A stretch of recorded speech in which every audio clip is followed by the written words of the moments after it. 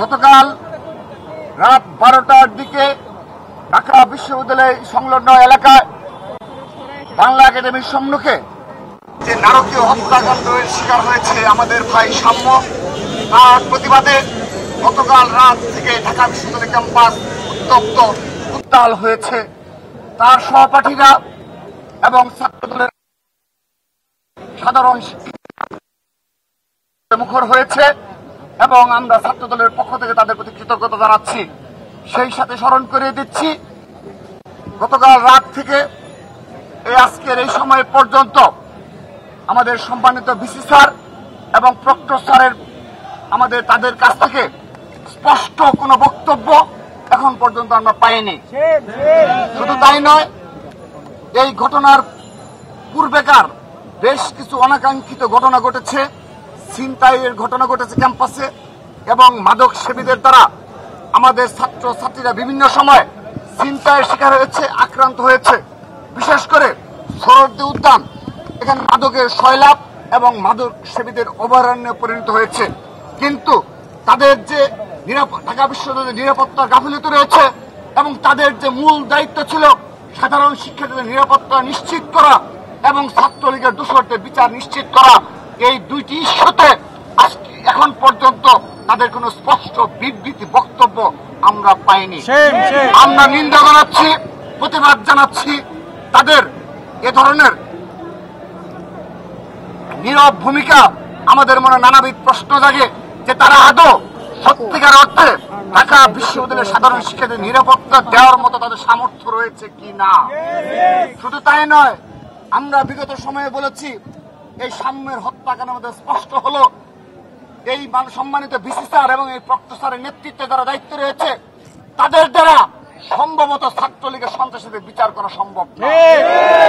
যারা বিগত সময়ে এই ক্যাম্পাস সোহরাওয়ার্দী উদ্যানকে মাদক মুক্ত করার মতো সামর্থ্য রাখে না এবং বিভিন্ন সময়ের যে অপরাধ সংঘটিত হয়েছে এবং ঢাকা বিশ্ববিদ্যালয়ের পার্শ্ববর্তী এলাকাতে যেভাবে মাদক সেবীদের আড্ডা বজায় রয়েছে তার বিরুদ্ধে তাদের সামান্যতম আজকের দিন আমরা লক্ষ্য করে নিয়ে সে কারণে আমরা স্পষ্টভাবে বলতে চাই, তারা আদৌ সাধারণ শিক্ষার্থীদের দাবি এবং জুলাই আগস্ট আন্দোলনের গণঅভ্যুত্থানের প্রধান যে দাবি ছিল যে ছাত্রলীগের সন্ত্রাসীদের বিচারের আওতায় নিয়ে আসতে হবে, আমরা মনে করছি এই প্রশাসন দ্বারা হয়তোবা সে কাজ সম্পন্ন করা সম্ভব না।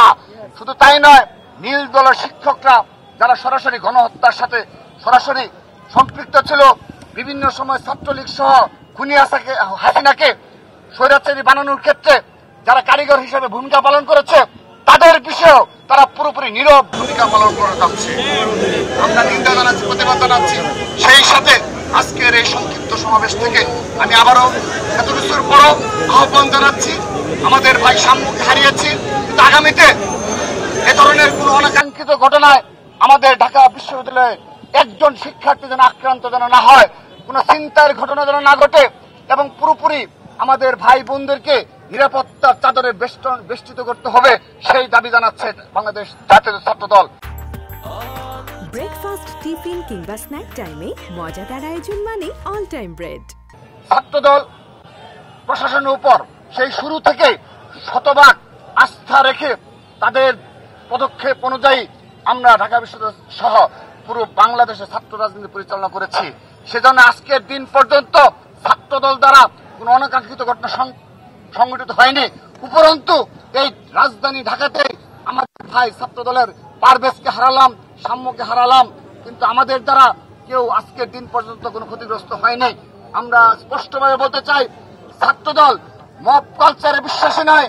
সেজন্য গতকাল এই ঘটনা ঘটার পরও আমরা আমাদের নেতাকর্মীদের নিবৃত্ত করেছি এবং আজকের এই সমাবেশ, সংক্ষিপ্ত সমাবেশ থেকে আমি সবার প্রতি আহ্বান জানাচ্ছি, আমরা আন্দোলনের মাধ্যমে আমরা আমাদের দাবি আদায় করব এবং এই সম্মানিত ভিসি প্রক্টর স্যারের পদত্যাগের যে দাবি আমাদের মাঝখান থেকে তারা সম্মান দেখিয়ে আশা করছি তারা পদত্যাগ করবেন। আমরা নিন্দা জানাচ্ছি।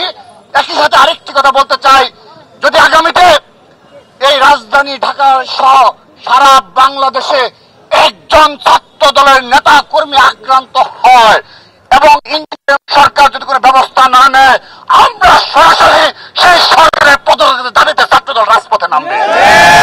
আমরা কোন রাস্তাঘাট দিয়ে কথা বলবো না, আমরা কোনো রক্ত চোখকেও ভয় করি না। আমরা আবারও হুঁশিয়ারি উচ্চারণ করছি, এই ঘটনার সাম্য হত্যার পুঙ্খানুপুঙ্খ বিচার করে সবাইকে খুনিদের গ্রেপ্তার করে দ্রুততম সময়ে সাজা নিশ্চিত করার আহ্বান জানাচ্ছি। এবং সেই সাথে এই গতকালের ঘটনায় আজকের দিন পর্যন্ত এখন পর্যন্ত বিশ্ববিদ্যালয়ের সম্মানিত ভিসি স্যার, প্রক্টর স্যার সহ বিশ্ববিদ্যালয়ের প্রশাসন থেকে স্পষ্ট কোনো বিবৃতি এবং নিরাপত্তার গাফিলতি নিয়ে তাদের কোনো বক্তব্য আমরা পরিলক্ষিত হয়নি। সেজন্য নিন্দা জানাচ্ছি এবং আমাদের যে দাবি, যে সাধারণ শিক্ষার্থীদের দাবির প্রতি সম্মান জানিয়ে তারা যে দাবি উঠেছে যে দুটি হত্যাকাণ্ড হয়েছে,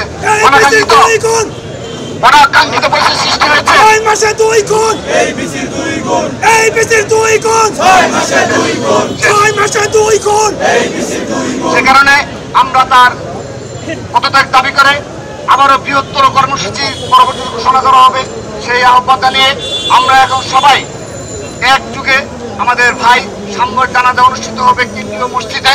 সেখানে আমরা সবাই সাম্যের জানাজায় যাবে এবং সুশৃঙ্খলভাবে এবং তার আত্মার মাগফিরাত কামনায় দোয়ায় অংশগ্রহণ